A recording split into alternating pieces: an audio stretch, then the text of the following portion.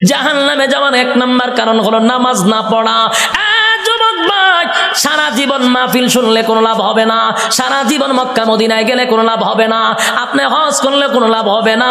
আল্লাহর নবী বলেন সর্বপ্রথম কিয়ামতের মাঠে হিসাব হবে নামাজের। আউয়ালু মা ইউহাসাবু বিহিল আবদু ইয়াউমাল কিয়ামাতিস সালাহ।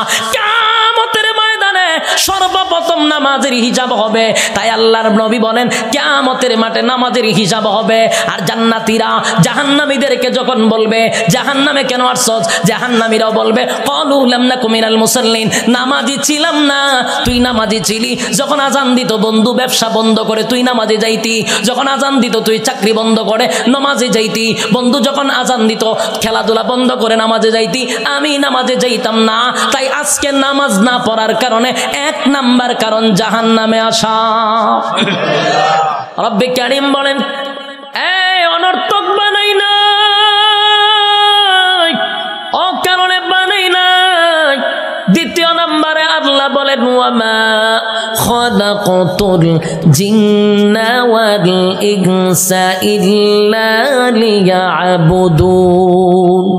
রব্বে কারীম বলেন 2 নাম্বার হলো তোরে বানাইছি ইবাদতের জন্য। 3 নাম্বার আল্লাহ বলেন বান্দা তোরে বানাইতে গিয়া ওয়ালাকাদ কাররামনা বানি আদম, সমগ্র সৃষ্টি জগতের মধ্যে শ্রেষ্ঠত্ব দিছি। 4টা কসম কেনে বলছি, বাংলা তোর থেকে সুন্দর আমি আল্লাহ কাউরে বানাই নাই, তোর থেকে সম্মান আর মর্যাদা আমি কাউরে দেই নাই। এরপর আল্লাহ বলেন এত কিছু দেওয়ার পরেও যদি তুই আমি আল্লাহর গোলামি না করস, ওয়ালাকাদ জারানা লি জাহান্নামা কাসীরাম মিনাল জিন্নি ওয়াল ইনস, আমি আল্লাহ আগুন দিয়া তোরে জ্বালাবো আর পোড়াবো। এরপরে রব্বে কারীম বলেন বান্দা শুন, ভালো করে শুন, এত নিয়ামত দিয়া তোরে ছেড়ে দিব না, আমি আল্লাহ কিন্তু পাই পাই পাই করে হিসাব নিব। কুল্লু নাফসিম বিমা কাসাবাত রাহিনা, প্রত্যেকটা মানুষ তার কৃত কর্মের জন্য আল্লাহর সামনে জবাব দিতে হবে। হিসাব ছাড়া ছেড়ে দিব না। রব্বে কারীম বলেন হিসাব নিব গো, হিসাব ছাড়া আমি আল্লাহ কাউকে ছেড়ে দিব না। এই যে দুনিয়াতে যা করি সব হিসাব হবে। আল্লাহ বলেন শুন বান্দা, যখন প্রত্যেকটা মানুষের হায়াত শেষ হয়ে যাবে, মালাকুল মউত আজরাইল সামনে হাজির হবে, তার একটা কিয়ামত হবে। কি হবে? কিয়ামত কিন্তু 2 প্রকার, একটা হলো যার যার কিয়ামত, আর একটা হলো সমষ্টিগত কিয়ামত। কথা বুঝতেছে? সাউন্ড একটু উঠান, একটু উঠান। একটা হলো যার যার কিয়ামত, আর একটা হলো সমষ্টিগত কিয়ামত। আল্লাহ রাসূল বলেন যার যার কিয়ামত সম্পর্কে বলেন মাম্মাতা ফাকাত কামাত কিয়ামাতুহু, যে যখন মারা যায় তার কিয়ামত তখন শুরু হয়। আমি যদি স্টেজে এখন মারা যাই, আমার কিয়ামত এখান থেকে শুরু হবে। আরেকটা হলো সমষ্টিগত কিয়ামত, সেই কিয়ামতটা হলো কিয়ামতে কুবরা, এটা বড় কিয়ামত, সেটা বাঁশির মাধ্যমে হয়। ইসরাফিল আলাইহিস সালাতু ওয়াস সালাম যখন বাঁশি ফু দিবে, আল্লাহ বলেন এই গোটা পৃথিবীর যা কিছু তোমরা দেখো বিশ্ব পরিস্থিতির পরিসমাপ্তি আমি ঘটায়া দিব। এটা হইল সমষ্টিগত কিয়ামত। ইদা জুলজিলাতিল আরদু জিলজালাহা, জমিনের মধ্যে তখন জালজালা শুরু হবে, ভূমিকম্প শুরু হবে। যখন যে একটা ভূমিকম্প হইছে 13 সেকেন্ড, 13 সেকেন্ডের ভূমিকম্পে সব শেষ হয়ে গেল। আর ওইটা যে শুরু হইব, এটা 13 সেকেন্ড না, 13 ঘন্টা না, এটা চলতেই থাকবে। পাহাড় গুলি তুলার মতো উঠতে থাকবে। বিল্ডিং তো দূরের কথা, পাহাড় উইরে উইরে চলবো। এই ভূমিকম্প থামবে না। কুল্লু মান আলাইহা ফান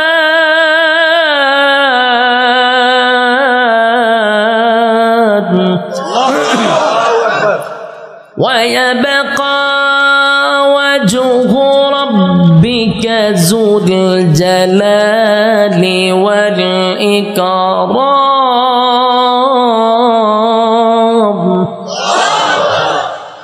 সব শেষ করবো। এই অপারেটর কইও সাউন্ড বাড়ানোর দরকার, আপনি একটি রিবাব আর ইকুটা তুলে দেন না, আমি চিল্লাইলে তো ইকু রাখবো, হালকা রিবাবের ভিতরে ইকুটা দেন। অত্যন্ত কিয়ামত শুরু করছিলেন মাইক মাহফিল, এখন হালকা একটু রিবাবটা ধরাই দেন আমার, যাতে প্রেসারটা গলাত না পড়ে। আল্লাহ বলেন কুল্লু মান আলাইহা ফান ওয়া ইয়াবকা ওয়াজহু রাব্বিকা যুল জালালি ওয়াল ইকরাম। চলবো কুল্লু মান আলাইহা ফান, সব ধ্বংস হবে। ওয়া ইয়াবকা ওয়াজহু রাব্বিকা যুল জালালি ওয়াল ইকরাম, শুধু আল্লাহ ছাড়া সব ধ্বংস। আজরাইলও ধ্বংস, যে সিংহায় ফুক দিব সেও ধ্বংস হবে, মোট কথা কেউ থাকবে না। এটা হলো সমষ্টিগত কিয়ামত। আর প্রথম হলো যে যখন মারা যাবে তার কিয়ামত তখন থেকেই শুরু হবে। যুবক ভাইরা আমার, আল্লাহ বলেন প্রত্যেকটা মানুষের কিয়ামত আছে রে, যে যখন মারা যায় তার কিয়ামত শুরু হয়ে যায়। যেদিন মারা যাবেন আল্লাহ বলেন হিসাব নেওয়ার জন্য আল্লাহ পুনরায় আবার আমাদেরকে দাঁড় করাবে। আলোচনার শুরুতে একটা কথা বলছিলাম, আমরা কিন্তু এই পৃথিবীতে পরীক্ষা দিতে আসছি, ইয়াদ আছে? পরীক্ষা দিতে আসছি, বলুন তো রেজাল্টটা কোথায় দিবে? রেজাল্ট কিন্তু পরকালে হবে। আল্লাহ কয় রেজাল্টটা দেখানোর জন্য আবার তোদেরকে পুনরায় আমি জীবিত করব। আল্লাহ বলেন সিংহায় যখন ফুঁক দিব সব ধ্বংস হয়ে যাবে রে। সব ধ্বংস হওয়ার পরে সর্বপ্রথম আমি আবার জীবিত করব ইসরাফিল আলাইহিস সালাতু ওয়াস সালামকে।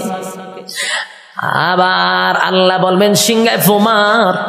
যেই মাত্র আরেকবার ফু দিবে, ওই শেষের ফুয়ে প্রত্যেকটা মানুষের বডির ভিতরে আল্লাহ আবার রূহ দিবে। কাদা মাটির থেকে আবার রূহ পাইয়া মানুষগুলি মাটি গঠন হবে, আবার পুনরায় বডি গঠন হবে। কাদা মাটির থেকে আবার আপনি ওইটা দাঁড়াবেন, যেখানে দাঁড়াবেন, যেখানে বৈশা ওয়াজ শুনতাছেন সে জায়গাটাই হবে হাসরের মাঠ। যেখানে বই আওয়াজ শুনতাছেন এটা হাসরের মাঠ হবে। এই পৃথিবীটাকেই আল্লাহ হাসরের মাঠ বানায়া দিবে। কিন্তু এখনকার পৃথিবী আর তখনকার পৃথিবী একরকম নয় রে। তখনকার পৃথিবী আর এখনকার পৃথিবীর মধ্যে উল্লেখযোগ্য একটা বেশ কম থাকবে। এখন তো কত উঁচু উঁচু বাড়ি আছে, পাহাড় আছে, সাগর আছে, নদী আছে, তখন কিছুই থাকবে না, সমতল একটা মাঠের মতো। মানুষ সেখান থেকে ওইটা দাঁড়াবে। আর বিজ্ঞানীম বলেন মানুষকে আমি কেন দাঁড় করাবো জানো নি? দুনিয়ার জমিনে পরীক্ষা দিছিলি, আমি আল্লাহ সেটার রেজাল্ট তোর হাতে ধরায়া দিব। মানুষ গিয়া জমা হবে হাসরের মাঠে। কেউ পানি পান করবে, কেউ কলিজা পাটা পিপাসা লইয়া হাসরের মাঠে দাঁড়ায়া থাকবে। একদিন নয় রে, 2 দিন নয়, 50টা হাজার বছর দাঁড়ায়া থাকতে হবে। সাধারণ কথা না, সাধারণ কথা না। পানির পিপাসায় জিহ্বা কুকুরের মতো বাহির হবে। আল্লাহর পয়গম্বর বরকতে হাত দিয়া কাউকে পানি পান করাবে, আর কেউ পানি না পান করে হাসরের মাঠে দাঁড়ায়া থাকতে হবে। 50,000 বছর বাড়ির কাছে না। সূর্যের তাপে মানুষের মাথার মগজগুলি গলে গলে পড়বে, জিহ্বাটাও বাহির হবে। এই অবস্থায় যে কত হাজার বছর মানুষগুলি একটা সময় বিরক্ত হইয়া চিৎকার দিবে আর বলবে মালিক রে, জান্নাতে দেও না হয় জাহান্নামেই দেও, হাসরের মাঠে আর ভালো লাগে না, সেখান থেকে আমাদেরকে সরায়া দাও। আদম নবীর থেকে লইয়া ঈসা রূহুল্লাহ পর্যন্ত মানুষ সবার কাছেই যাবে একটু আল্লাহর কাছে সুপারিশ করার জন্য। আদম নবীও বলবে ইয়া রাব্বি নাফসি, ইব্রাহিম আলাইহিস সালাতু ওয়াস সালাম বলবে ইয়া রাব্বি নাফসি, নূহ পয়গম্বর বলবে ইয়া রাব্বি নাফসি, মুসা নবী বলবে ইয়া রাব্বি নাফসি। এইভাবে 1,02,24,000 পয়গম্বর ইয়া ঈসা আলাইহিস সালাতু ওয়াস সালাম পর্যন্ত সবাই একটা কথা বলবে ইয়া রাব্বি নাফসি। আমার কি উপায় হবে? আজকে আল্লাহর সামনে কথা বলার সাহস কোন নবীর হবে না। কথা বুঝতেছেন আমার? আল্লাহ এত রাগান্বিত। এই যুবক ভাই, আলোচনার শুরুতেই বলেছিলাম আল্লাহর নাম রহমান, দয়া মায়া বেশি, কিন্তু আল্লাহর গজব আমরা এখনো দেখি নাই। সেটা হাসরের মাঠে দেখব। আল্লাহ সেদিন কাহার রূপ নিয়ে দাঁড়াবে, সেদিন আল্লাহর সামনে কথা বলার সাহস কোনো নবীরাও পাবে না, শুধুমাত্র কেবলমাত্র আমাদের নবী ছাড়া। আদম নবীর থেকে লইয়া ঈসা রূহুল্লাহ পর্যন্ত একটা কথাই বলবে, ইয়া রাব্বি নাফসি, আমার কি উপায় হবে গো? আল্লাহ খালি তর্জন আর গর্জন দিবে, তর্জন আর গর্জন দিবে, আর বলবে নাফরমানরা আমার নিয়ামত খাই আমার নাফরমানি করছস, আজকে দাঁড়া, কেউ কথা বলবে কিনা? আল্লাহ সেদিন বলবেন লিমানিল মুলকুল ইয়াউম, এই পৃথিবীর রাজা বাদশারা দাঁড়া, হামাইন্নারে ডাক দিব, নমরুদ্দারে ডাক দিব। আল্লাহ সেদিন বড় বড় ক্ষমতাশীলরে ডাক দিবে, নমরুদ্দা দাঁড়া, ফেরাউন্না দাঁড়া। আল্লাহ বলবেন সাজ্জাদ দাঁড়া। আল্লাহ এইভাবে আবু জাহেলকে ডাকবে, যত জালেম শাসক আছে সবগুলাকে আল্লাহ সেদিন ডাক দিবে। ভারতের দাদারেও ডাক দিব, ওয়াংশাংশচিরেও ডাক দিব, বুসারেও ডাক দিব, সবাইরে ডাক দিব। বেডাগিরি তো কম দেখাইছত না, আজকে দেখা কথা কন্যা দি। বেডাগিরি যারা বাংলাদেশও করো তারারও কিন্তু ডাক দিব, দাঁড় করাইব, দাঁড়া, বেডাগিরি কম করছত না, এই দাঁড়া, নির্দোষ আলেমদেরকে সাইজ করছ, দাঁড়া, আজকে দেখি তোর ক্ষমতা কতটুকু আছে। দাঁড়া, ক্ষমতা দেখকে লই আমি দাঁড়া, কেউ কথা বলবে না, নিস্তব্ধ হয়ে যাবে। কথা বলার সাহস আছে নি কেউ? এখন এনে কত বেডাগিরি, এখন বেডাগিরি অভাব নাই। সেদিন কেউ কথা বলবে না, কেউ কথা বলবে না। আল্লাহ তখন নিজেই কইব লিল্লাহিল ওয়াহিদিল কাহার, আজকের একমাত্র ক্ষমতা আমি আল্লাহ।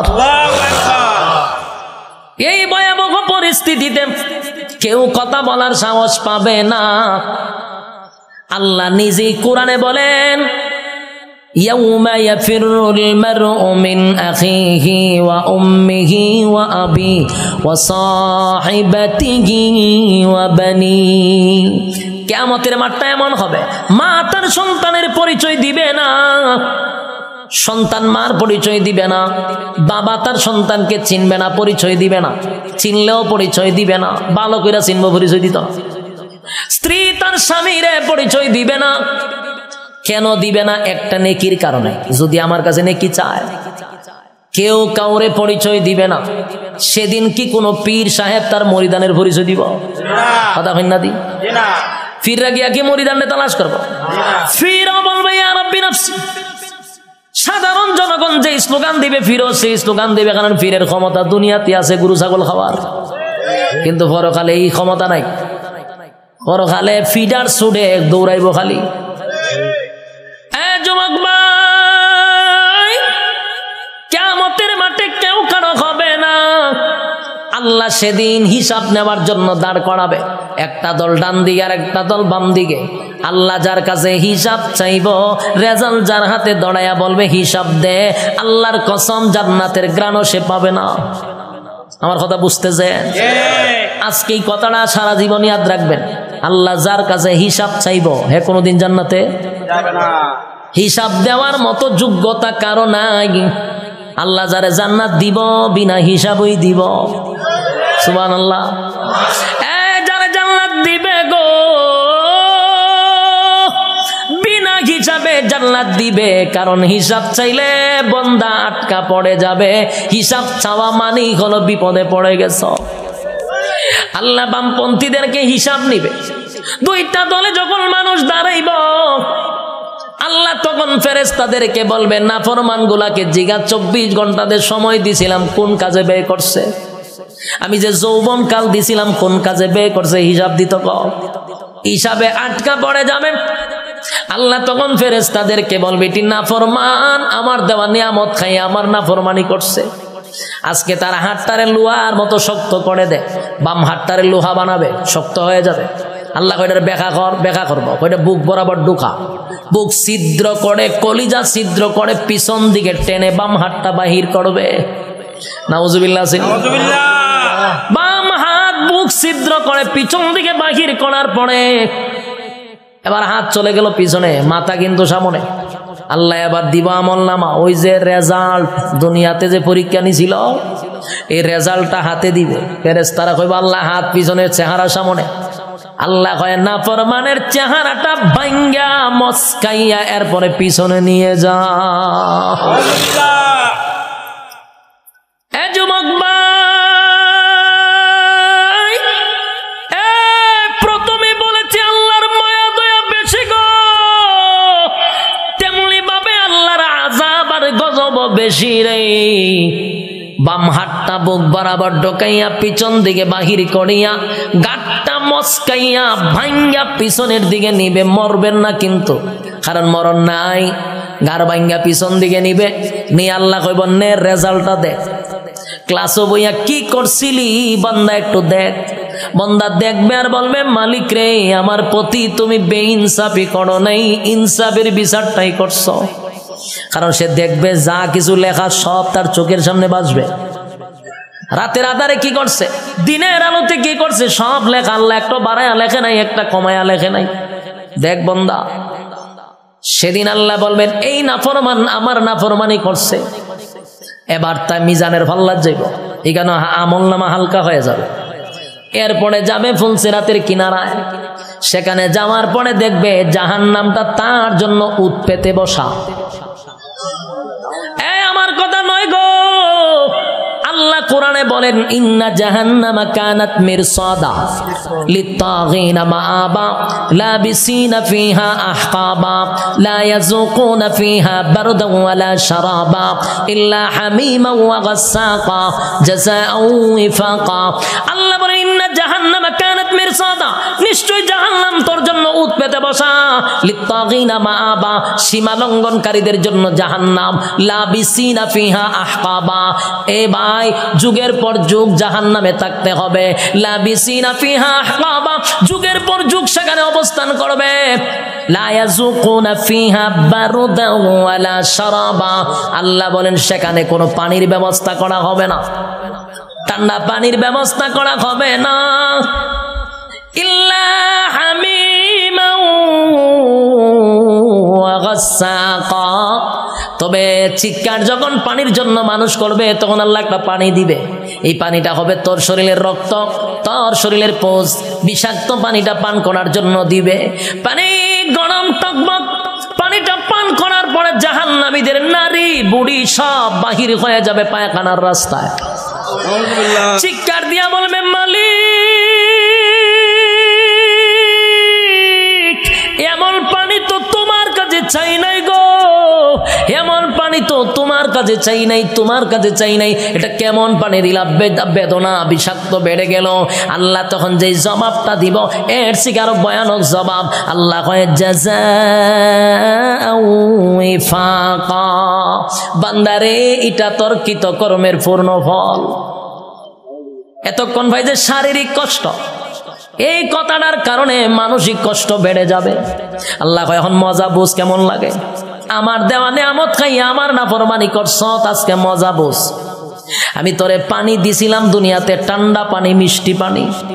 গরমের সময় টিউবওয়েলের পানিটা তোর জন্য ঠান্ডা করে দিছিলাম। এই শীতের সময় পানি গরম করে দিছিলাম। এত নিয়ামত খাইয়া তো আমি আল্লাহরে একবার ডাক দেস নাই, আজকে কেন আমারে ডাকস?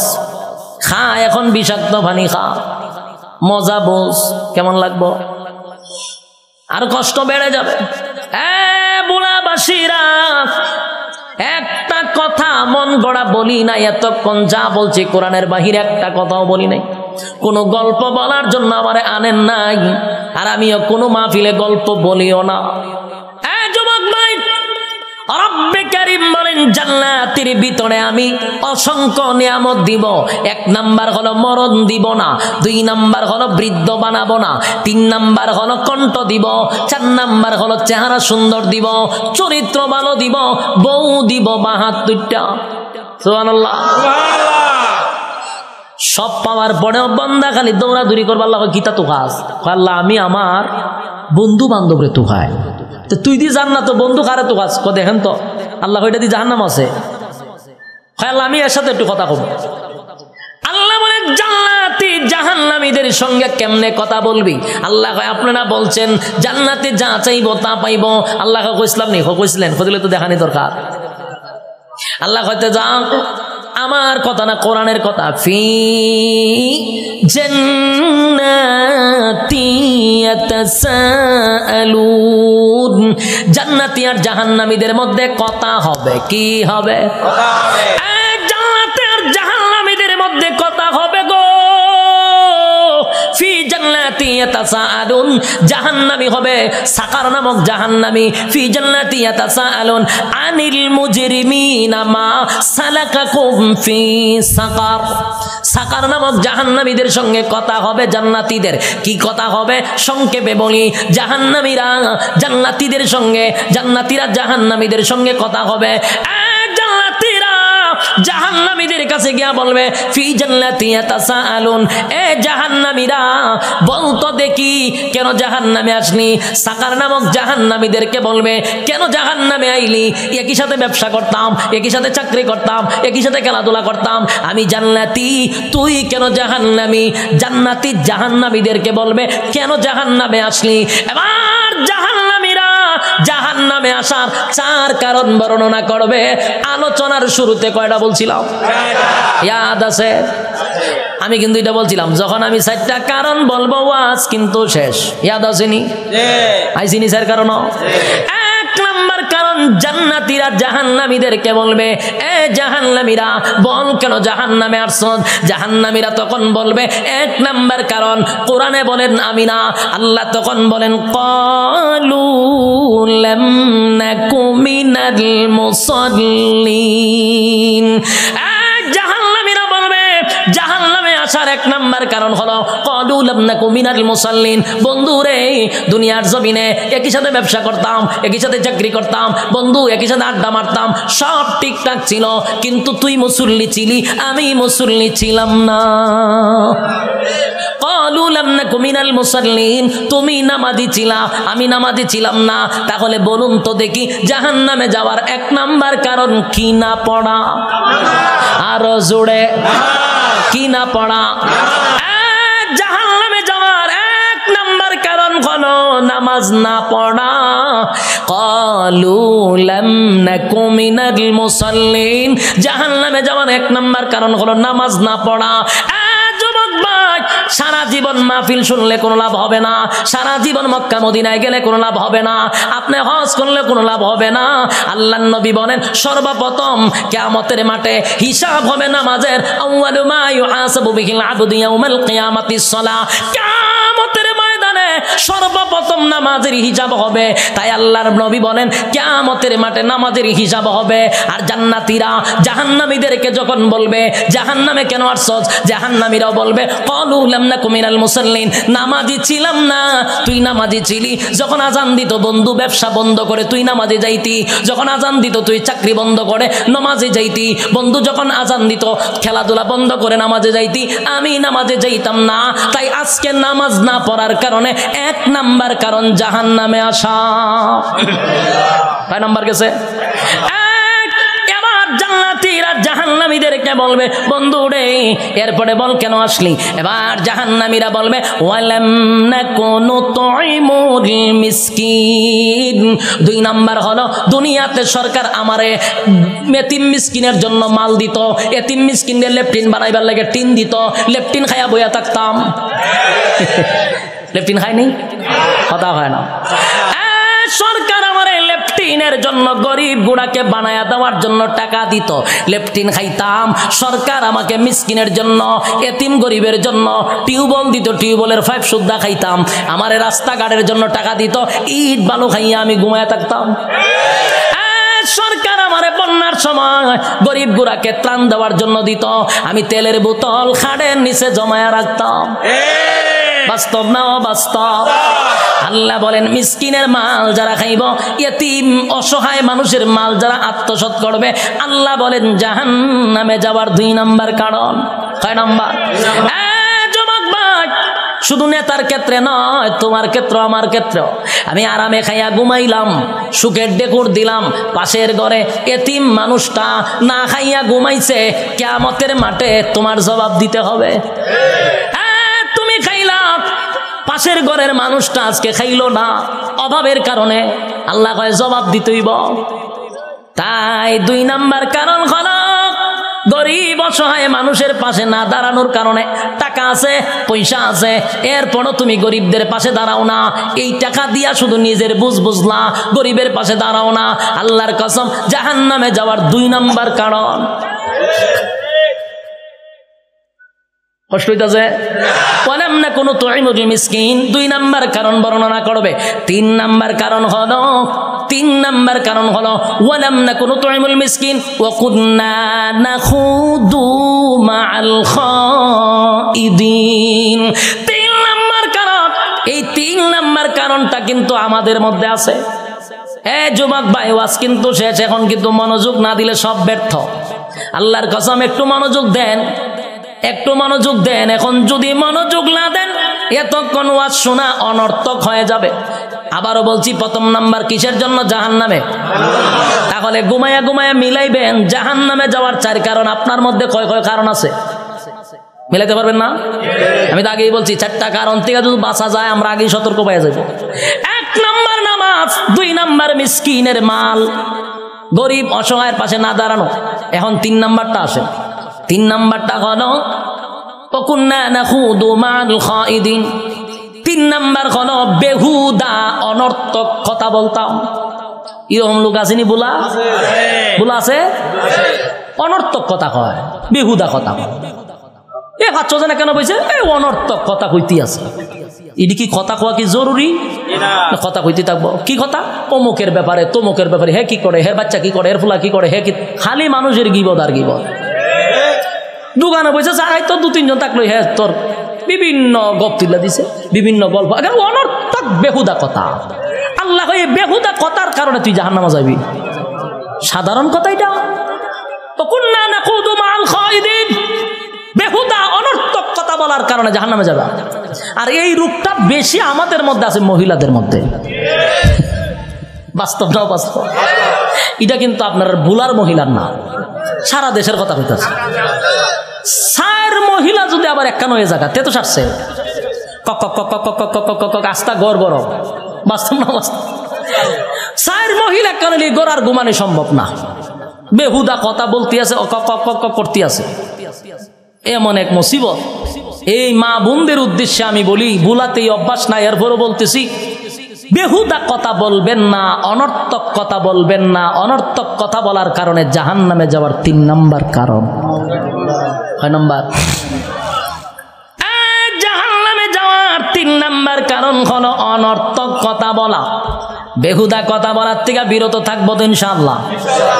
এবার আসুন 4 নাম্বার কারণ, ওয়াকুন্না নুকাযযিবু বিয়াউমিদ্দিন। ওয়াকুন্না নুকাযযিবু বিয়াউমিদ্দিন। 4 নাম্বার কারণ হলো কিয়ামত দিবসের উপরে বিশ্বাস করতো না। কিয়ামত দিবসের উপরে বিশ্বাস কেমনে করে না একটু শুনেন। যেমন এতক্ষণ আমি জান্নাত জাহান্নামের বয়ান করছি, অনেক মানুষ কবিতা সত্য হইতে পারে, না হইতে পারে, হইতে পারে। এই যে মনে মনে একটু সন্দেহ, এটা হলো কিয়ামত দিবসকে বিশ্বাস না করার কারণে জাহান্নামে। কত নম্বর? 4 নম্বর কারণ হলো কিয়ামত দিবসের উপর বিশ্বাস না করা, পরকালের বিচারের উপরে বিশ্বাস না করা, জান্নাত জাহান্নাম বিশ্বাস না করা। এই জন্য 4 নম্বর কারণ হবে জাহান্নামে যাওয়ার। আবার বলছি, 1 নম্বর ক্বালু লাম নাকু মিনাল মুসাল্লিন, নামাজি ছিলাম না এই জন্য জাহান্নামী। ওয়া লাম নাকু নুতঈমুল মিসকিন, আমি মিসকিনদের খাবার দিতাম না এই জন্য জাহান্নামী। ওয়া কুননা নাখুদু মাআল খাইদিন, বেহুদা কথা বলতাম এই জন্য জাহান্নামী। ওয়া কুননা নুকাযযিবু বিয়াউমিদ্দিন, আমি কিয়ামত দিবসের উপরে বিশ্বাস করতাম না। যুবক ভাই, এমনটা চলতে চলতে চলতে হায়াতের গাড়ি যখন এক জায়গায় থেমে যাবে গো, তখন আল্লাহ বলেন হাত্তা আতানাল ইয়াকিন, তখন তাকায়া দেখব মালাকুল মাউত আজরাইল আমার সামনে হাজির। গিচ্ছা শেষ তোমার। চার কারণের ভিতরে চলতে চলতে হাত্তা আতানাল ইয়াকিন, এক সময় মালাকুল মউত আজরাইল তোমার সামনে সাক্ষাৎ হবে, সেদিন আর একটা সেকেন্ড তোমাকে সময় দেওয়া হবে না। যুবক ভাই, জান্নাতের সেই নিয়ামত পাওয়ার জন্য কারা কারা চারটা কারণ থেকে ফিরে থাকবেন একটু হাত তুলে দেখায়া দেই। লিল্লাহি তাকবীর, লিল্লাহি তাকবীর, লিল্লাহি তাকবীর। হাত তুলে রাখেন, লামায়েন না, লামায়েন না, অন্তর থেকে তুলছেন নি, মহব্বত করে তুলছে। আচ্ছা ওই পারবেন তো স্যার কারণ থেকে ফিরার জন্য? আল্লাহ সবাইকে বুঝার তৌফিক দান করুন, আমিন।